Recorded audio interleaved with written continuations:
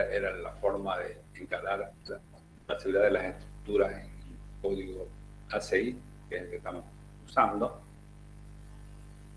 Nos dice que la resistencia suministrada tiene que ser siempre mayor o igual a la resistencia requerida. La resistencia requerida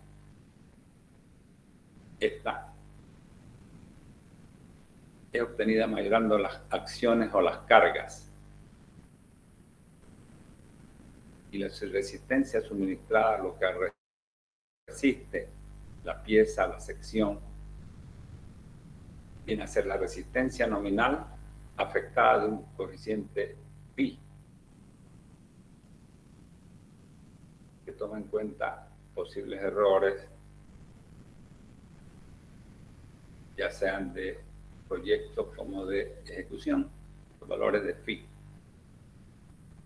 Ya, toma en cuenta.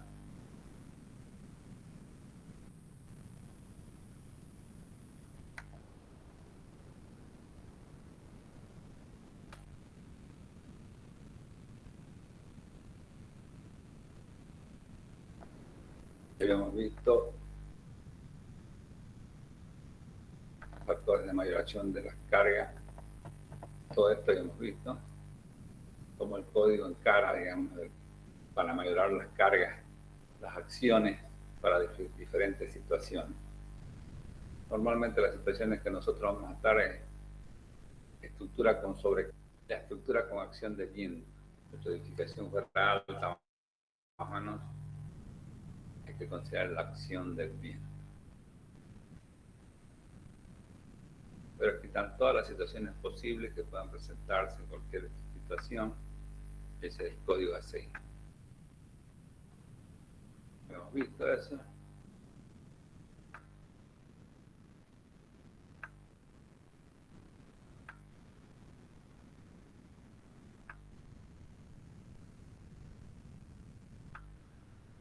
Bien, ahora vamos a ver el otro término, la resistencia. Dice que ahorita lo que hemos visto acá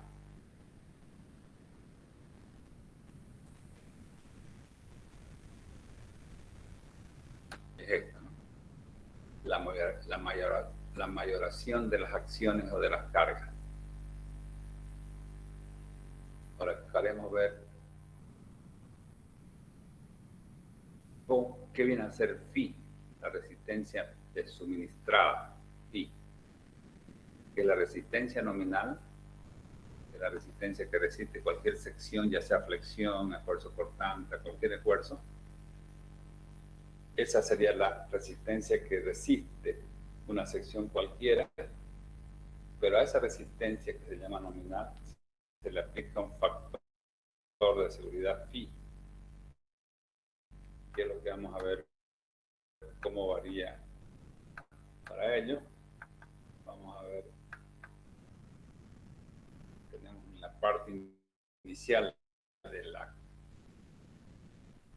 la unidad 3, esta zona que estamos diciendo ahorita. Factores de reducción de resistencia. Resistencia suministrada.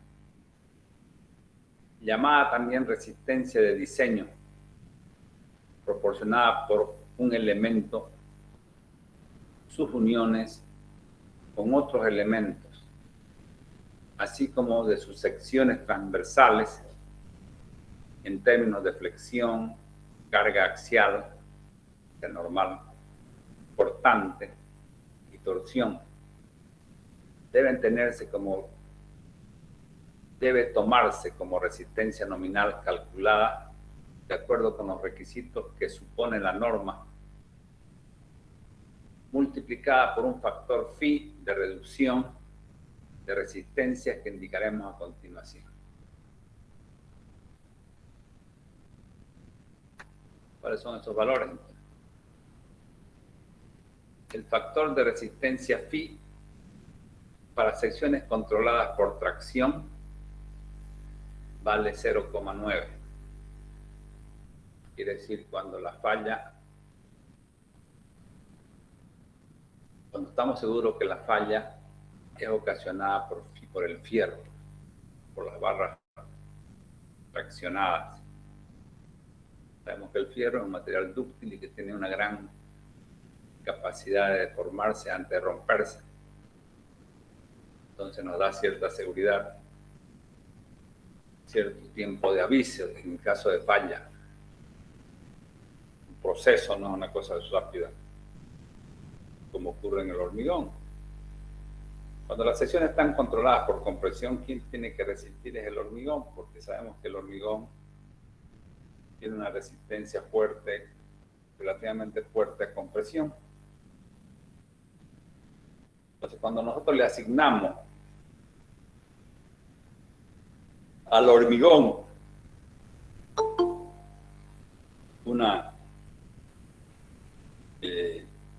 cuando le asignamos al hormigón le damos la responsabilidad de que trabaje a compresión, los factores de seguridad son mucho más chicos que cuando le damos al hormigón, al acero. No nos olvidemos que aquí tenemos que multiplicar. A la resistencia nominal tenemos que multiplicar por estos valores de phi. Pues, mientras más grandes sean, el valor de phi, el factor de seguridad es menor. Mientras más chico sea el factor de seguridad, mientras más chico sea phi, mayor es el factor de seguridad. Entonces aquí, cuando tenemos columnas, al hormigón se le asigna una gran responsabilidad. En ese caso, cuando tenemos columnas armadas en espiral, el phi vale 0,75. Y cuando tenemos elementos armados con espirales, con estribos simples, el valor de phi vale 0,65. O sea, fíjense de 0,9, que para el acero era, cuando falla el acero, es 0,9. Cuando falla el hormigón es 0,65. Si nosotros dividimos 1 entre 0,65 es alrededor de 1,5. Si dividimos 1 entre 0,9 es alrededor de 1,15. Entonces, esa es la filosofía que toma esta norma a efectos de considerar los factores de phi que disminuyen la resistencia nominal para darle un factor de seguridad mayor a la pieza.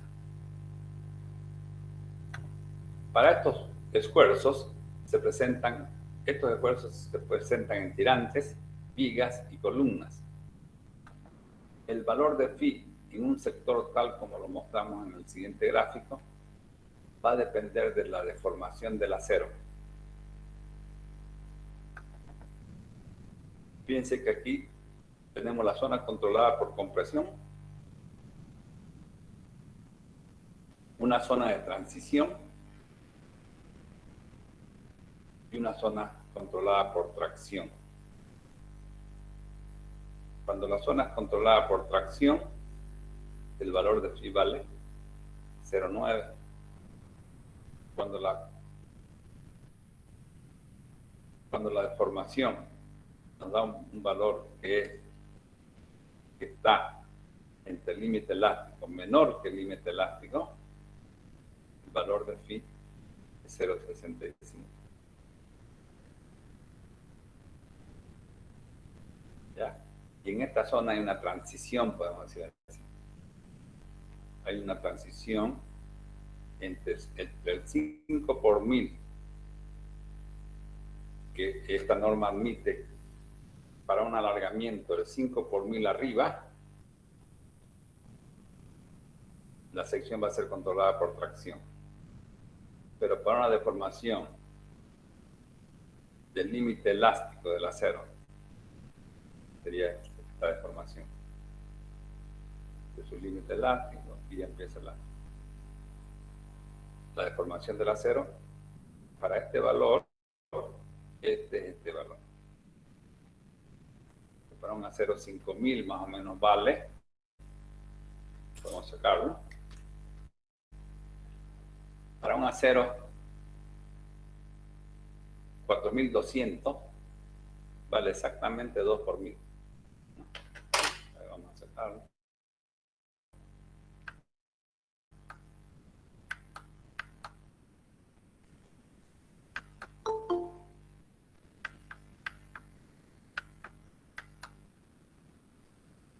A ver, si yo tengo aquí la curva tensión de formación del acero, aquí el acero cede, endurece, este es su límite elástico, le vamos a llamar FY, y este es su límite de formación correspondiente al límite elástico, y le hemos llamado aquí, el diferente, epsilon PY.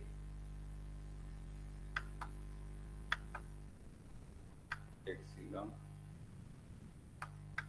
T.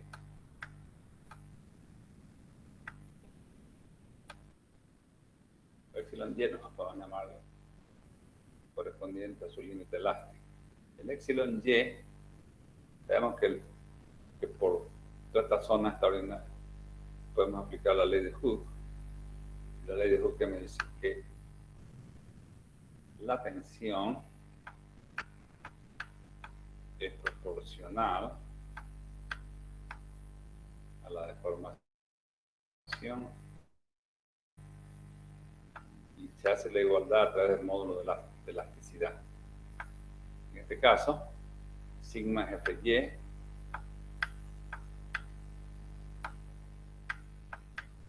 el E del acero es el E sub S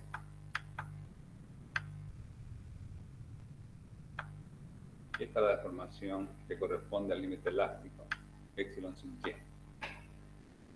Este no sé por qué. Epsilon sub Y. Este valor para todos los aceros vale 2.100.000.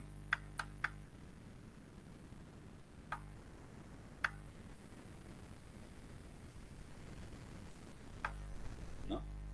Entonces, ¿cuánto valdrá la deformación para un acero 4200?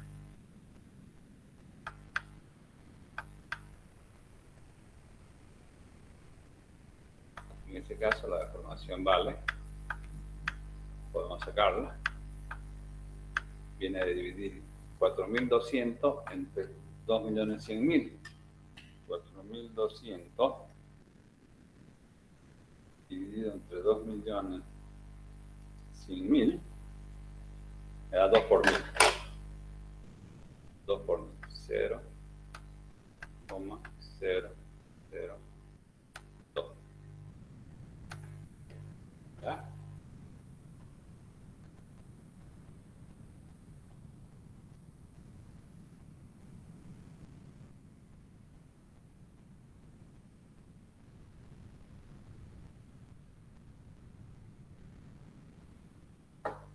Y si mi hormigón fuera 5000, que es el que usamos acá,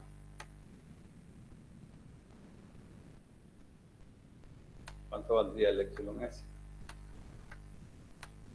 Por decir claro, el epsilon S. No.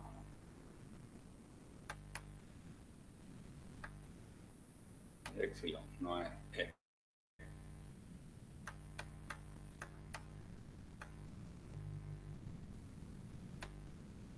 ¿No? Sería para un acero 4200. Acá. Para un acero 5000, el S vendría a ser el epsilon S.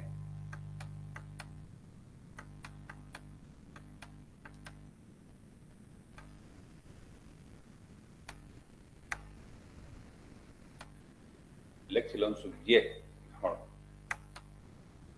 Perdón. Estamos despejando epsilon Y, fíjense. Y significa que es el correspondiente al límite elástico. Este vendría a ser este.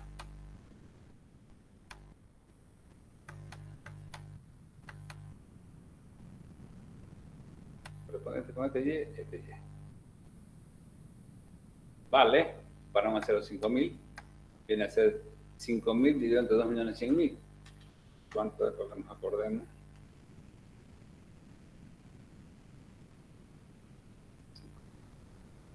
5.000 dividido entre 2 millones viene a ser 2.38, 0, 0, 2.40 casi, ¿no? 2.24.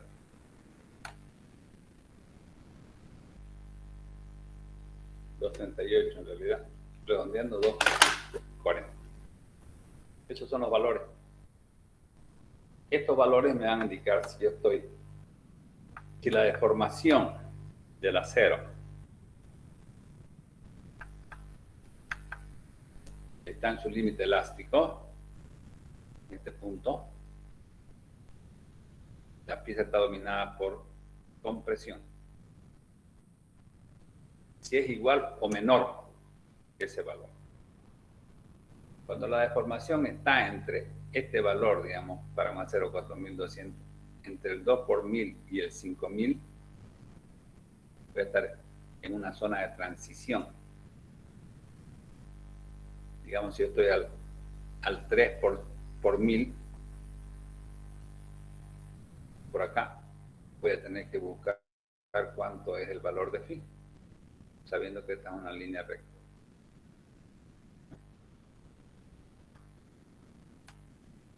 Entonces, ¿cuáles son los elementos? ¿Cómo vamos a aplicar el valor de phi? Cuando estamos hablando de tirantes o tensores, el fierro es el que trabaja, por tanto el phi vale 0,9, en este caso, phi 0,09, voy a poner aquí phi igual 0,9.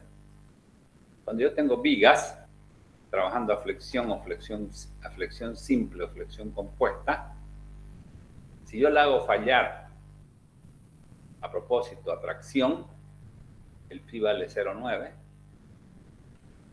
Así normalmente uno la diseña la viga para que falle por tracción, ya vamos a ver después en el diseño. Pero si la falla está entre tracción y compresión, en ese caso la viga hay que diseñar un valor de phi que esté en transición. Normalmente esto no se hace. Normalmente uno va a diseñar una viga trabajando a flexión simple o flexión compuesta para que el acero sea el que falle. ¿Cuál es la garantía de que falle el acero? De que la rotura nunca va a ser frágil, va a ser una rotura dúctil. Poco a poco va a generar confianza, va a dar tiempo a darnos cuenta de que la viga está fallando.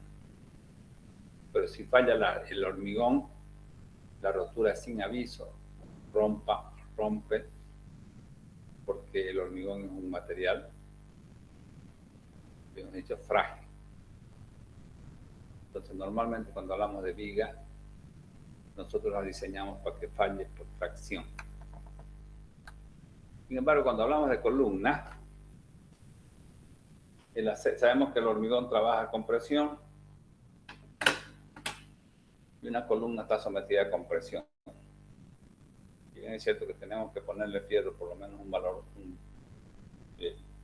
tenemos que ponerle sí o sí por lo menos una armadura mínima, y por más que le pongamos armadura más que la mínima, estas columnas hacen que se le va a dar una gran participación al hormigón, un gran aporte. Por eso es que al ser el hormigón tener una falla frágil sin previo aviso, más peligrosa, el factor es mayor, 0,65. O sea, el valor de phi al ser menor, al multiplicar por la resistencia nominal, la disminuye mucho más que otras palabras, aquí el factor de seguridad es más pequeño y aquí el factor de seguridad es más grande. ¿Ya?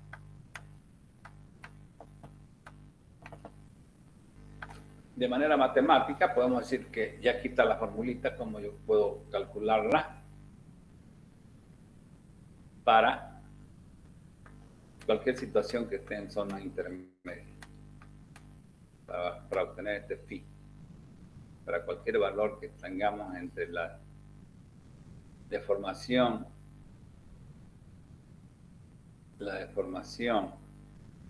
del límite elástico y 5000 y 5 por 1000. Cualquier estado de situación, en cualquier zona donde nos encontremos por acá, podemos calcular a través de esta formulita de manera exacta los valores de phi.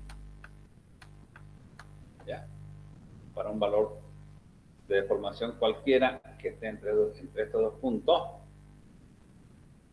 la transición se la puede calcular con estos valores.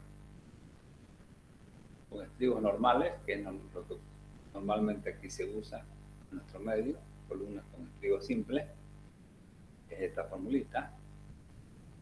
Y si alguna vez hiciéramos columnas con estribos espirales, o sea, son las columnas hinchadas, se puede aplicar esta formulita. ¿No?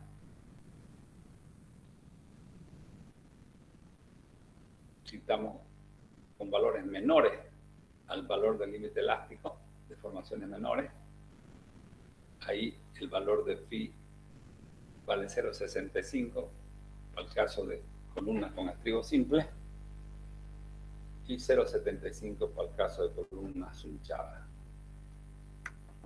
Vamos a ver después qué quiere decir esto. Y cuando ya la deformación es mayor, la deformación del acero es mayor que 5 por 1000, digamos 10 por 1000, que viene a ser 1%. Cualquier deformación mayor a este valor está controlada por tracción. ¿Qué quiere decir eso? Que está fallando el acero. Y el acero es un material mucho más confiable, podemos decir así, por eso que su factor es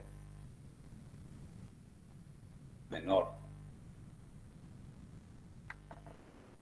Factor de variación. El valor de phi es más grande, pero su factor de seguridad en realidad es mayor. Es menor, por sí. Menor. ¿Por qué es menor? Porque si yo lo multiplico este valor 0,9 por un valor nominal, va a ser más grande que si yo multiplico el valor nominal por un valor de 0,65, que es un número más chico que 0,9. Digamos que aquí sea 10 por 9 por 0,9, 9. Si aquí yo tuviera 10 también como valor nominal, multiplico por 0,5, me da 6,5. Quiere decir que lo estoy bajando de 10 a 6,5. Estoy dando un mayor factor de seguridad. Y aquí lo estoy bajando de 10 a 9. Estoy dando un menor factor de seguridad. Después, para el esfuerzo cortante y momentos torsores, se usa el 0,75, según nuestra norma, 0,75. Para aplastamiento en el hormigón,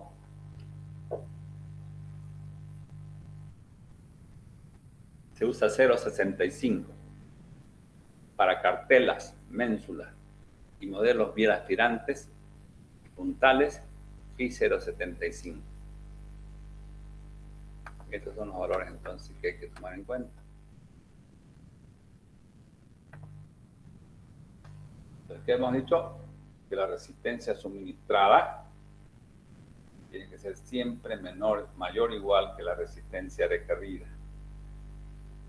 También se puede decir la resistencia de diseño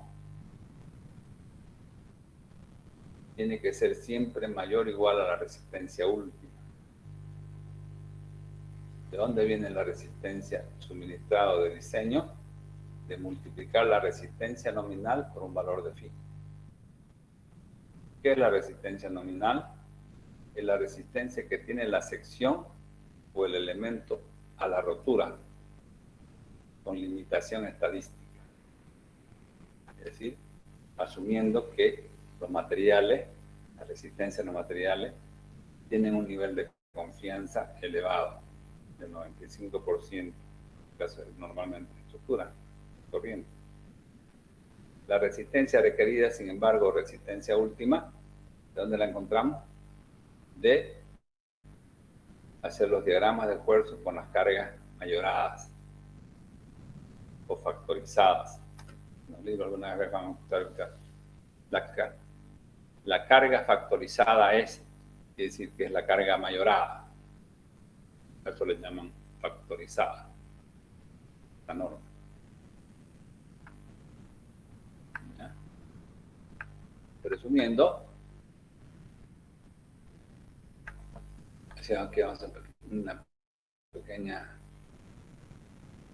ejemplo. Yo tengo una viga de 70 por 25, por decirles algo, que tiene una resistencia, el hormigón, de 250 kilos por centímetro cuadrado. Este valor ya es un valor estadístico, ya es un valor que tiene un nivel de confianza del 95%.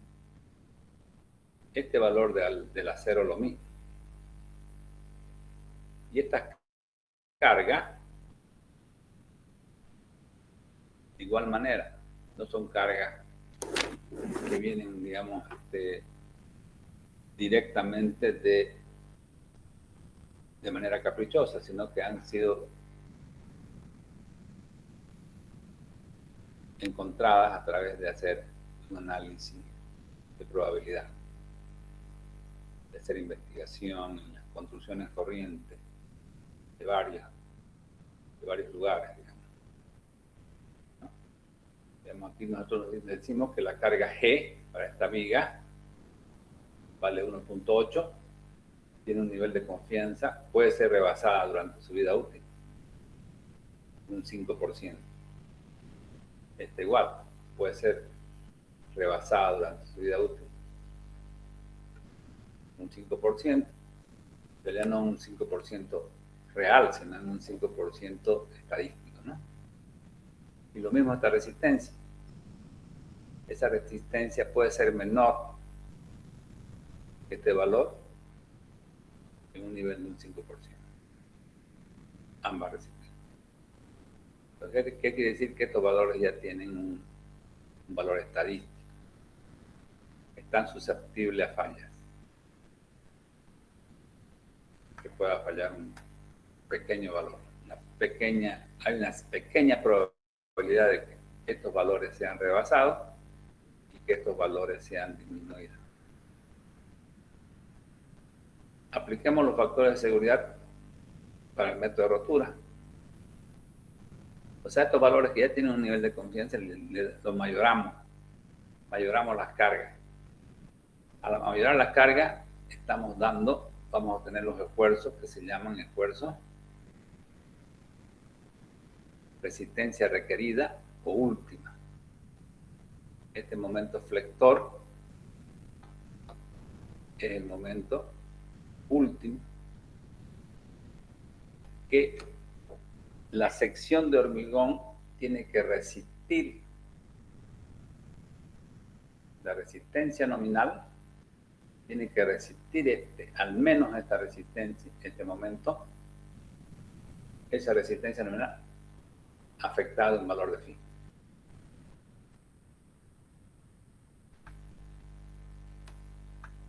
Entonces el momento flector último sería 41.31.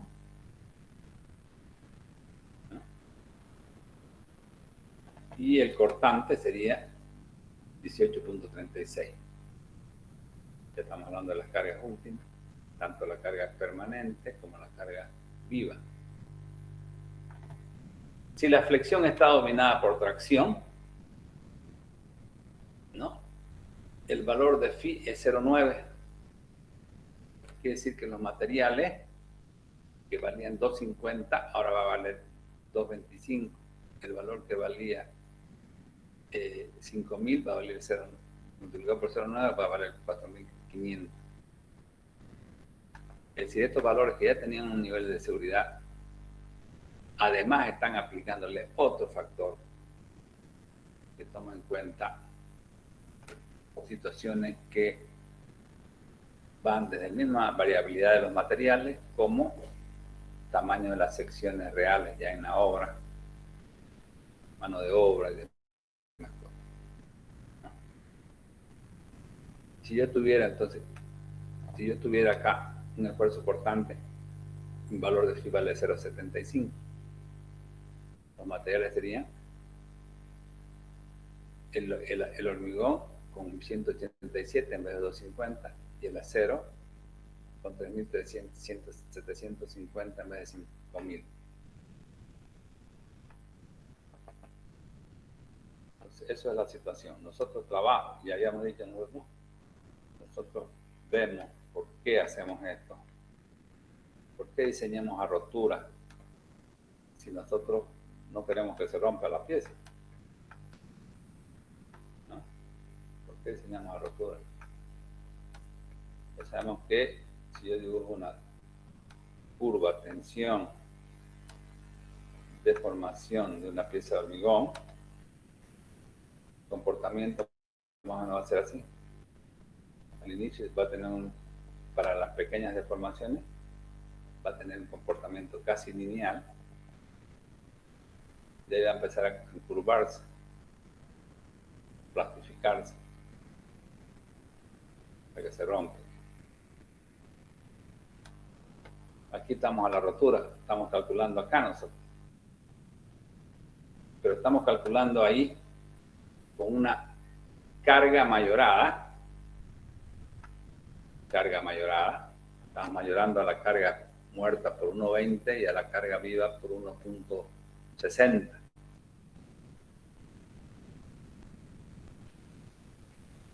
Y estamos trabajando con materiales disminuidos a través de phi, dependiendo que si está fallando el acero, mi phi va a ser más grande. Si está fallando el hormigón, mi phi va a ser más chico. Entonces, esos son los factores de seguridad, de tal manera que cuando la pieza está en servicio y trabajando para cómo trabaja la pieza, no trabaja rotura, trabaja ya con los valores de cargas reales, con los valores de resistencia reales, que hacen que estén trabajando por esta zona. Para unas deformaciones pequeñas, como si fuera un material elástico. En servicio, vamos a decir así, que el elemento de hormigón armado se comporta para pequeñas deformaciones como si fuera elástico. En servicio, en cargas de servicio. En rotura, ya se ha plastificado y demás. Pero está plastificado no para las cargas reales, sino para cargas mayoradas y para resistencias disminuidas. Ese es el concepto, entonces, de seguridad que mira mayorando las cargas de esta manera y disminuyendo la resistencia nominal.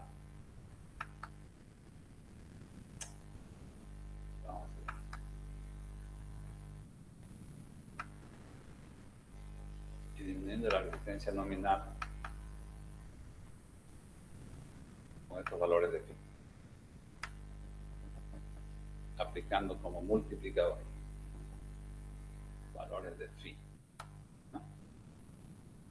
Hemos aplicado esto con los valores de phi, que hacen que a la resistencia nominal, que ya podríamos decir es casi segura, además le aplicamos estos valores de phi.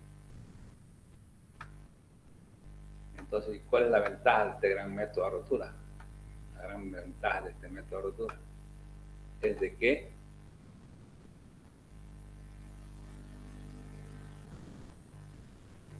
yo más o menos sé cuál es el margen de error, de falla, de seguridad, cuánto es el margen de seguridad entre la estructura trabajando en servicio y a rotura. Mínimo es la mayoración de las cargas. Mínimo es la mayoración de las cargas. ¿Ya? ¿Cuánto yo puedo saber cuánto es ese factor de seguridad si las cargas no tienen el mismo número? Podemos sacar ese factor de esta manera. Digamos 1.20, la carga permanente.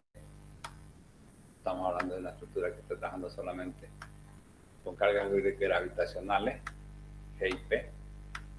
1.60, el valor de la carga P, dividido entre G y P.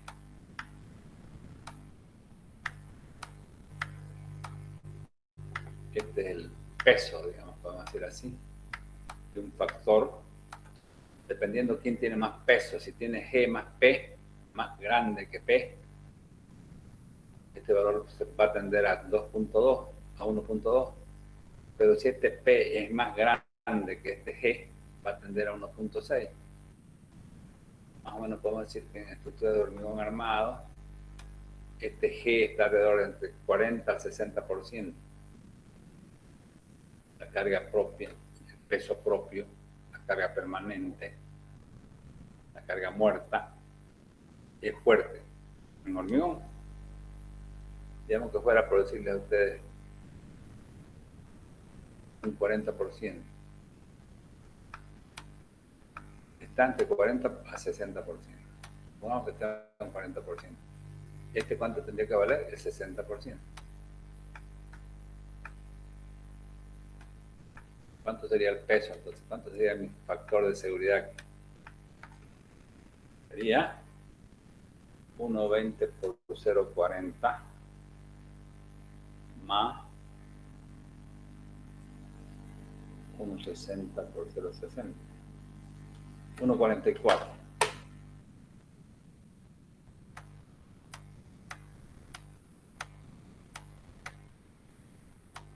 1.44 sería el factor de seguridad en estas condiciones. Digamos que G valga 4, fíjense, podemos hacerlo en número. Si G vale 4,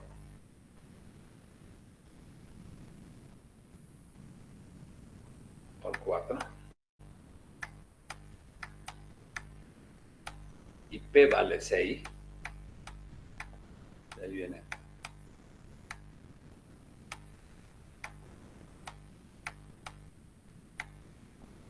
Esto sería dividido entre 10. De 4 más 6.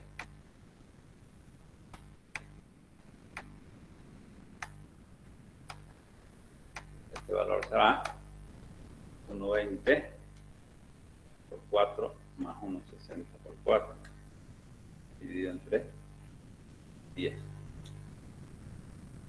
1.20 por 4 más 1.60 por 6 dividido entre 10 es 1.44. Este valor. ¿Cuánto es la? Aquí yo sé con toda certeza que al menos tengo un factor de seguridad de 1.4 entre este valor de servicio y este valor de rotura.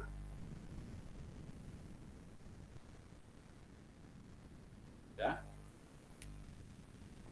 Eso es como mínimo, porque puede tener más, dependiendo cómo lo he construido. Si yo he calculado y he construido bien la obra, los valores de phi pueden ser valores que yo estoy mayorando por demás. El estar valorando por demás quiere decir que yo le estoy afectando un factor mayor.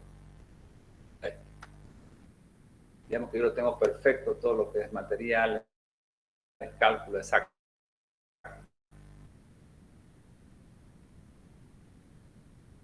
ese phi de 0,9 no está funcionando por 1.4 dividido entre 0,9. Sería 1.6. ¿Ya? Pero este valor de phi no es tan seguro, por eso no lo aseguramos. Lo que sí al menos tiene que ser es el factor de mayoración de carga. El valor de phi lo tenemos como una reserva ¿de qué? De la variabilidad de los materiales, del nivel de confianza a esos materiales, de las fallas posibles en los tamaños de las secciones, lo que están en los planos con respecto a lo que no ha salido ya en la realidad, fallas de mano de obra, fallas de cálculo. Hay una serie de fallas que ahí están metiéndose este valor de phi. ¿Ya? ¿Alguna duda que tengan? Pregunten. Bueno, terminamos esta parte de...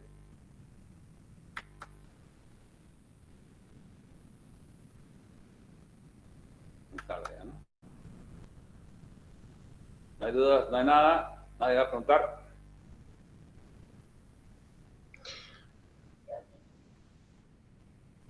Digan. Ya. Entonces pasamos al otro tema.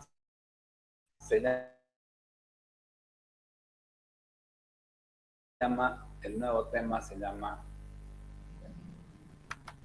Vamos a continuarlo aquí mismo. Está. Este ya no es.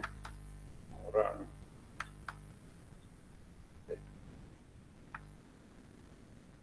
Unidad 3, característica de los materiales.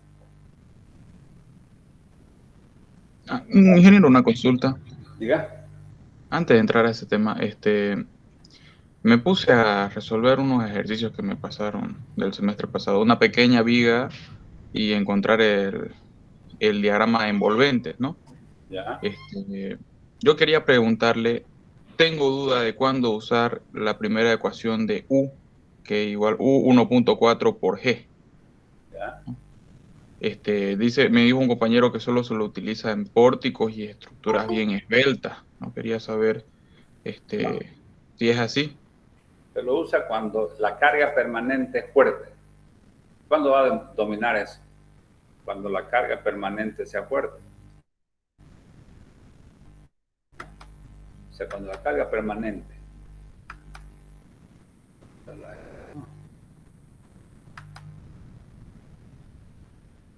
cuando esta carga permanente es fuerte, digamos que yo tengo una villita acá, por decirles algo, que tiene un gran peso propio,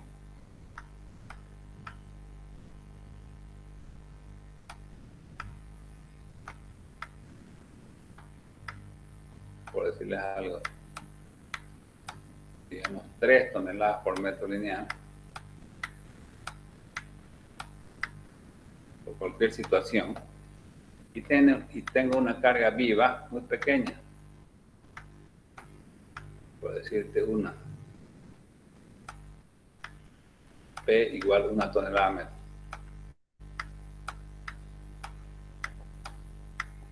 Ahí sí, yo tengo duda de que esta carga permanente sea una carga que... Porque la carga viva puede estar o no puede estar. Llegado el momento, se llama carga viva. Claro. Digamos que va a llegar un momento que no esté. No esté. Ahí yo tengo que calcular ese estado desfavorable que me dice el código, que es el inicial, solo carga permanente. Y aquí multiplico 1.4 por 3. ¿Ya? Hago el otro control. ¿Cuánto me da 1.4 por 3? Ese sería el control 1. El estado 1. 4.2. Y me da 4.2. ¿Y qué pasaría si yo considero el estado 2? ¿Es más favorable o es más desfavorable? Si la carga permanente es más pequeña, va a ser menos desfavorable. Entonces, en este caso, mi segunda situación que yo tengo para determinar es cuando ya esté trabajando P. Entonces aquí está 1.24, 1.23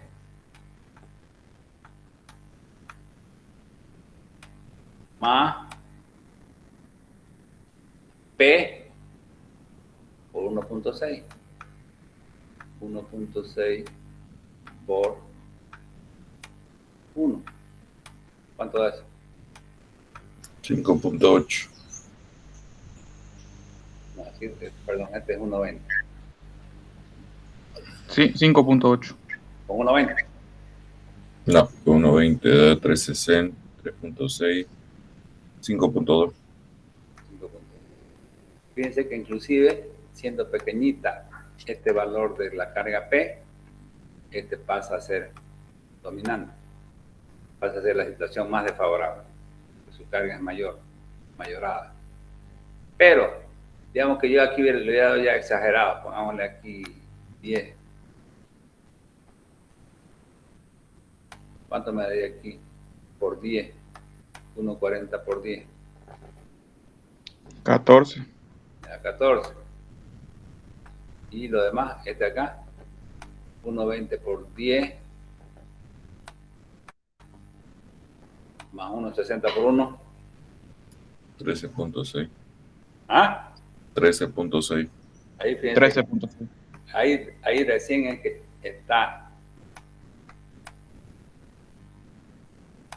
ha pasado a ser mayor esto. Y entonces, Sí. si la carga muerta es pequeña, no hay necesidad, porque no va a ser dominante, digamos, Claro, la ¿no? mayor parte de las estructuras no trabaja esa situación inicial. Este caso. Pero hay algunas estructuras que son muy pesadas y tienen una carga permanente. Y hay una carga viva muy pequeña. En ese caso, en vez de aplicarle 1.20, se le aplica 1.40 a la carga permanente y con ese se diseña. ¿Lo han entendido, no? Clarísimo, ingeniero. Muchas gracias. Bien. Unidad 3. Vamos a ver ahora las características de los materiales.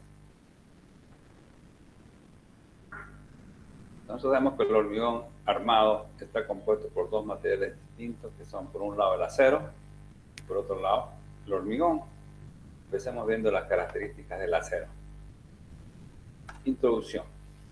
El hormigón es un material que tiene muy escasa resistencia a la tracción, por lo tanto, se utiliza barras de acero que se introducen a la masa de hormigón a fin de resistir los esfuerzos de tracción que se generan. Por ejemplo, en una viga sometida a flexión, el hormigón se encarga de resistir las compresiones y las barras de acero longitudinales toman la tracción que se coloca en la superficie donde se genera el esfuerzo debido a la flexión.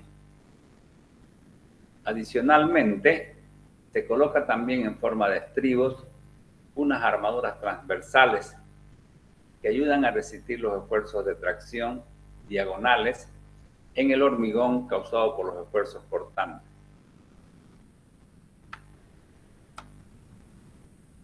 El acero también se usa para ayudarle al hormigón a soportar esfuerzos de compresión. No solamente se usa el acero para solo donde hay tracción.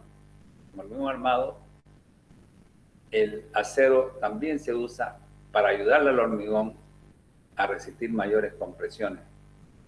Por ejemplo, en el caso de una columna, las armaduras ayudan a reducir las secciones transversales de las mismas.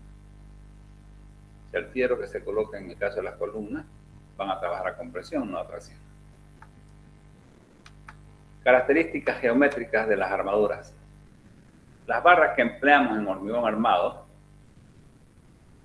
deben ajustarse a la siguiente serie de diámetros nominales, expresados en milímetros, y la sección transversal expresados en centímetros. Estos son los fierros que nosotros tenemos disponibles para la compra, y son los fierros, los diámetros que nos permite nuestra norma. Diámetro se los mide en milímetros, 6 milímetros, 8 milímetros, 10 milímetros, 12 milímetros. Pide 16 milímetros de diámetro, pide 25. Es un fierro de diámetro 25, 2,5 centímetros, 25 milímetros. Y este fierro es el de 32, al más grueso, que es de 3,2 centímetros de diámetro. ¿No? Esto tiene una cierta equivalencia con los diámetros en pulgadas, que no son iguales exactamente. Un cuarto, el FIDE 10 de 6, si sacamos exacto, esto nos da 6 milímetros, da un poquito más. 5 cuartos, FIDE 8, 3 octavos. A ver, 5, 8. 5, 4.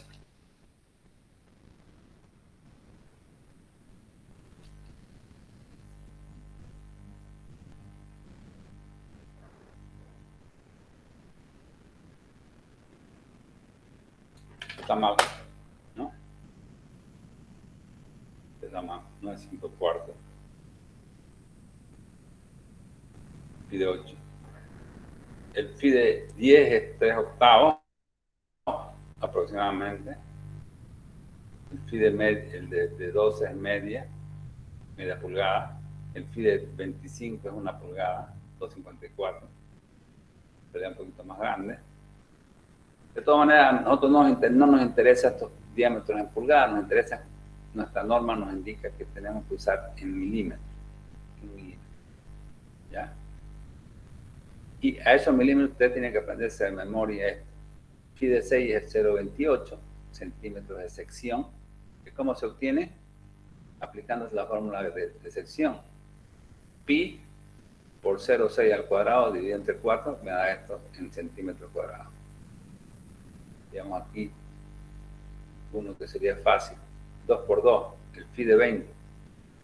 2 por 2 al cuadrado dividido entre 4, 4 con 4 se va y me queda 3,14.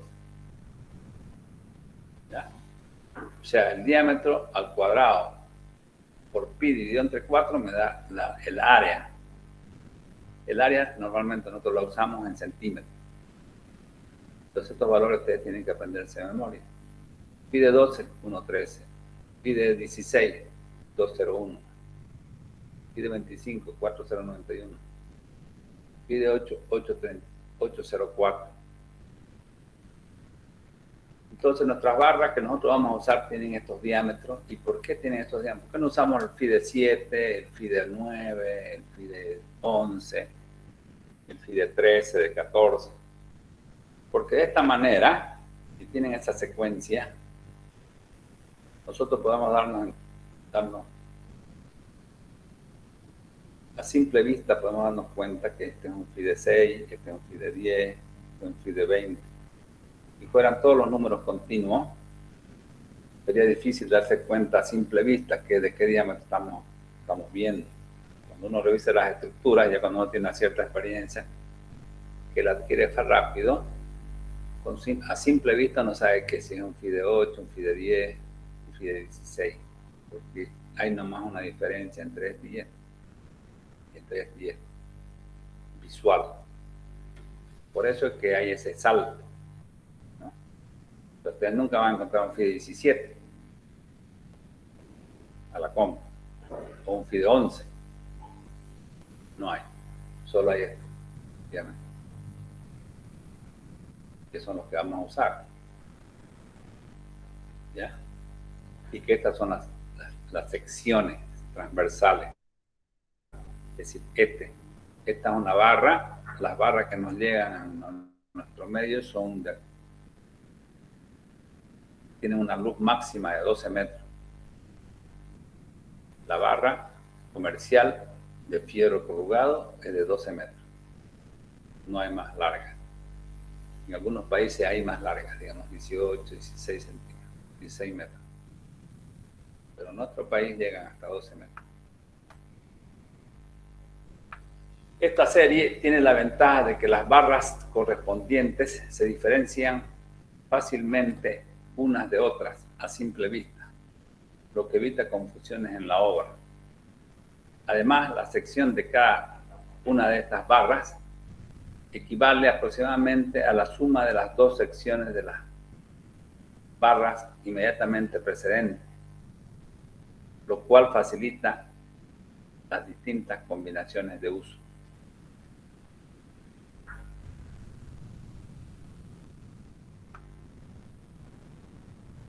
Como nosotros vamos a representar, digamos, en una sección, ¿cómo voy a indicar yo el fierro? El fierro se indica así. Este valor de phi ya es tradicional, digamos, no tiene nada que ver con el phi que acabamos de ver, con el phi de factor de seguridad por esfuerzo, que se aplica el 0,9, que habíamos estado hablando, el 0,65. Este phi se refiere al diámetro de la barra. 2 phi de 8, que es decir, estoy colocando 2 diámetros, 2 barras de diámetro 8. Y dice estribo phi de 6 cada 20. Esta es cada. Phi de 6 cada C, pónganle 20 tribitos, se colocan cada 20 centímetros. Aquí tengo 4 barras de 16, quiere decir que estoy colocando aquí 4 diámetros, barras de diámetro 16. De esa manera se representa en el plano, digamos, el fierro. El diámetro mínimo aceptado por nuestra norma es phi de 6 milímetros. Cualquier otro diámetro menor es considerado como alambre y no se lo considera como barra resistente, si es que se lo usara.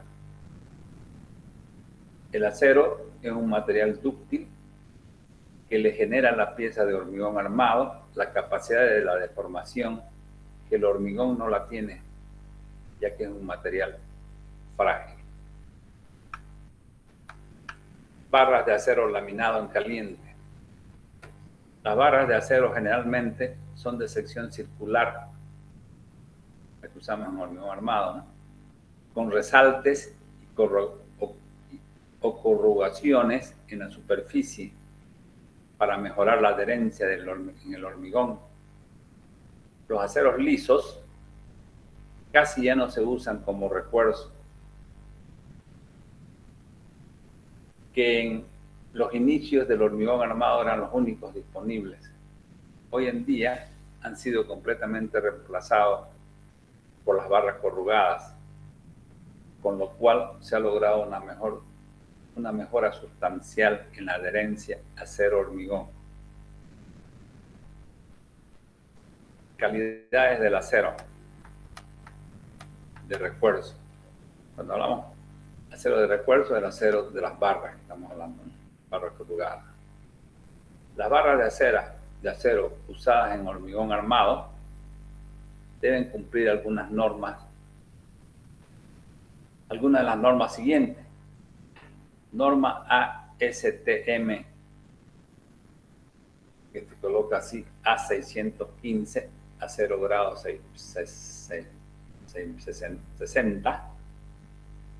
o la norma ASTM A706, acero de baja aleación soldable, grado 60.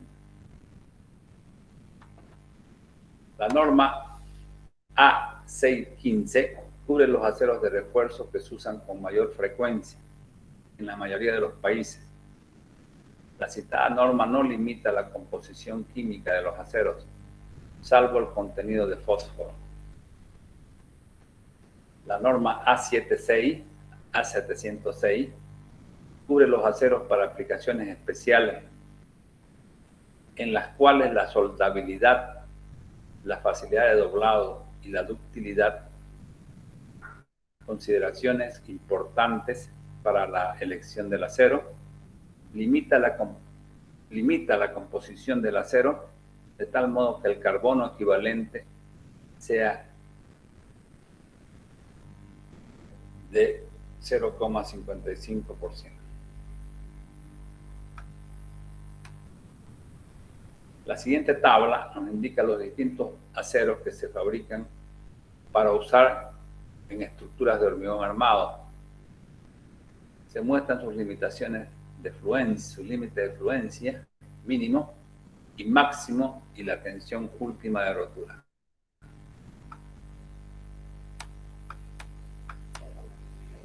Bien, los aceros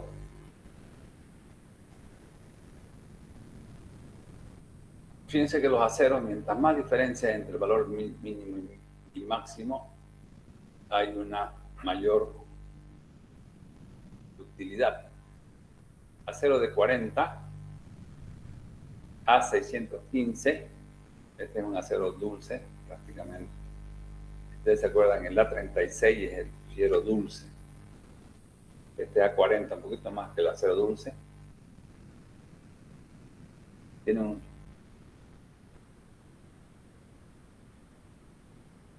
no se usa mucho en hormigón armado ya este acero. El FY mínimo es de 2008. Estos ya son los valores de rotura. Los valores del FCK mínimo, 4200.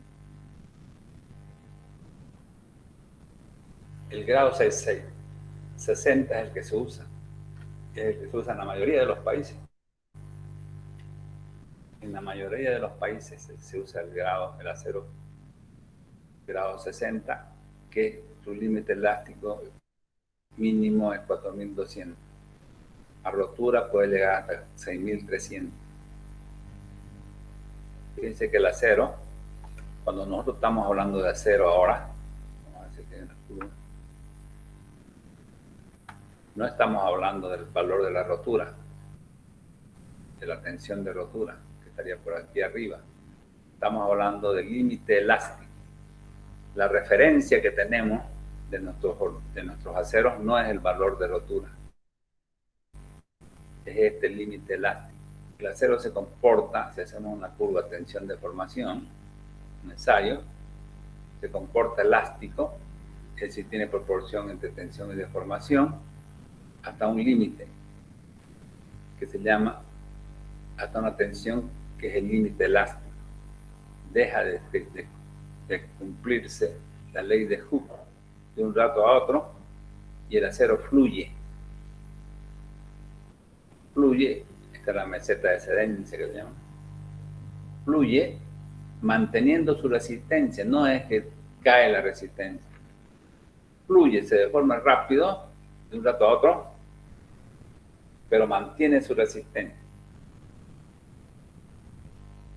Y luego se va endureciendo el acero, quiere decir que va ganando todavía resistencia. Se va endureciendo y se va deformando fuertemente. Esta zona ya es plástica, hasta que al final rompe. Esta es la zona elástica, proporción entre tensión y deformación, zona plástica. Pero esta zona plástica es grande en el acero. Por eso que tiene una gran deformación antes de romperse, ¿no? Un 13%, casi, 12%, entre 12 al 14%.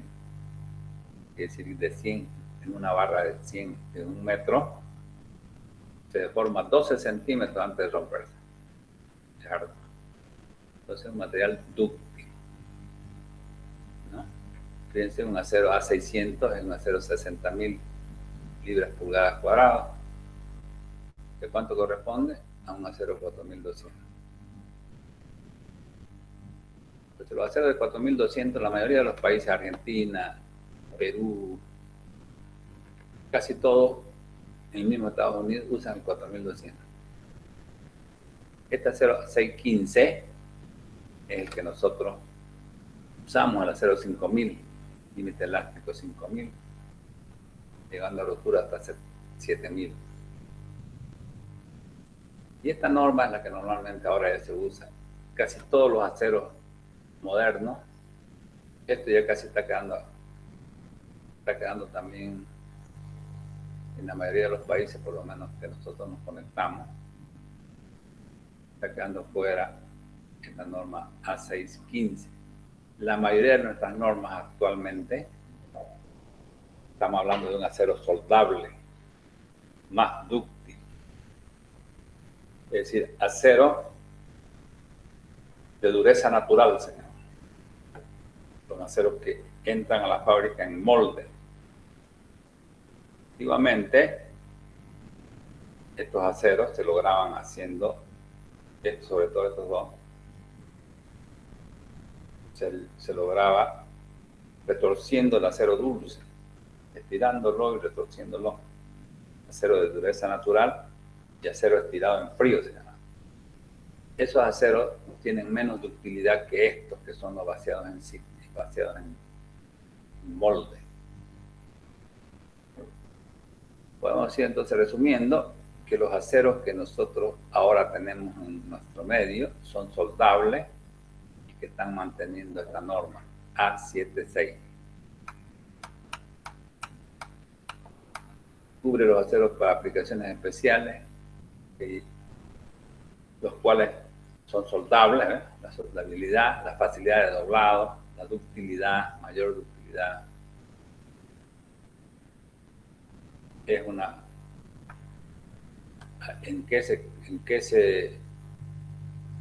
solamente en qué interviene esta situación, en la limitación del carbono.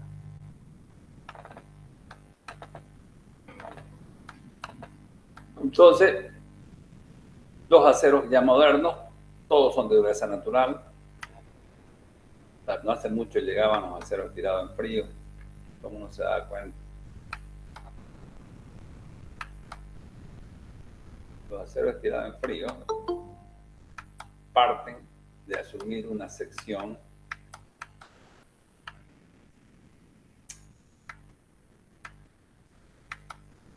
digamos, su sección era así, un phi de 20, por decirlo. Llegaba así, salía así de la fábrica. Y salía un acero dúctil, dulce, A36, digamos. Un acero dulce.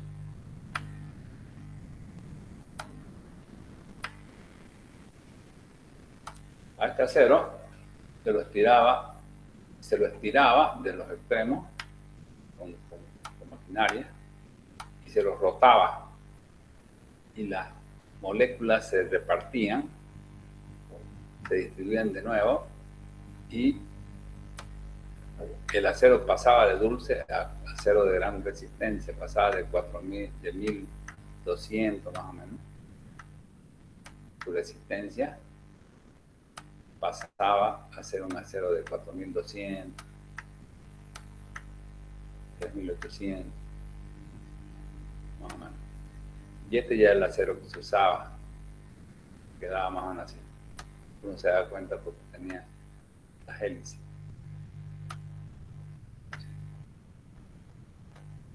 Los aceros, ¿de dónde venía la hélice? De retorcer esto, ¿no? Al retorcer esto, se iban formando las hélices. Y este acero ya no se usa mucho en las obras. ¿Por qué? Porque era un acero que en su ductilidad no era tan buena, tampoco la soldabilidad.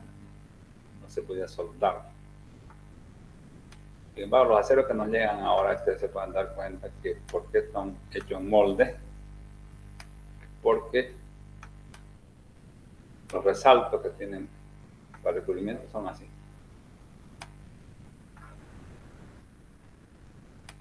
Unos resaltos de este tipo.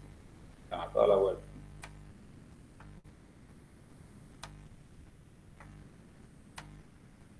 Están hechos. Este es un acero de dureza natural. Sale del molde ya así. Este acero es un acero estirado en frío que llega a una resistencia, alta resistencia, porque se lo ha estirado y se lo ha retorcido. Y este es un acero que ya viene con esa resistencia de fábrica, con el uso del carbono y el manganeso.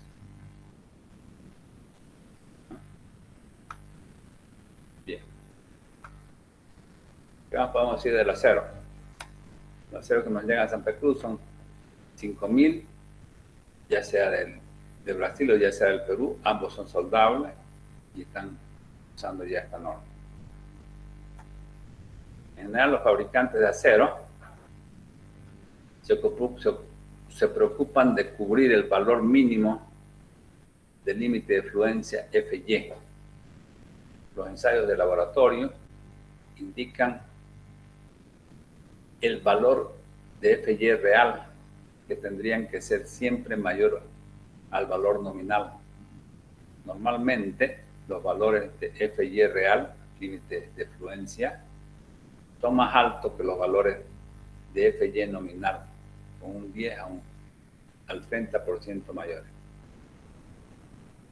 Pues ayer están dando un factor de seguridad a los mismos fabricantes. Bien, vamos a quedar aquí por ahora, jóvenes.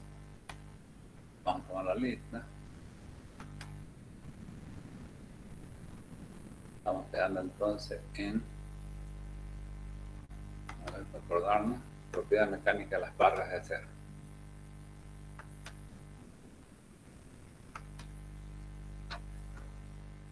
Bien, entonces, tomamos lista.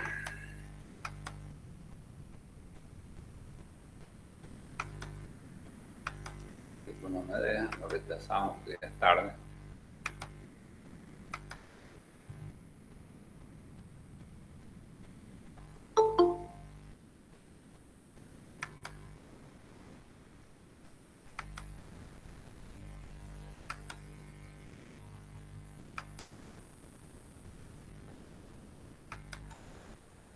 Bien, son zip 9B. Bien, jóvenes, quedamos aquí entonces por ahora. Bueno, gracias, ingeniero. Hasta luego.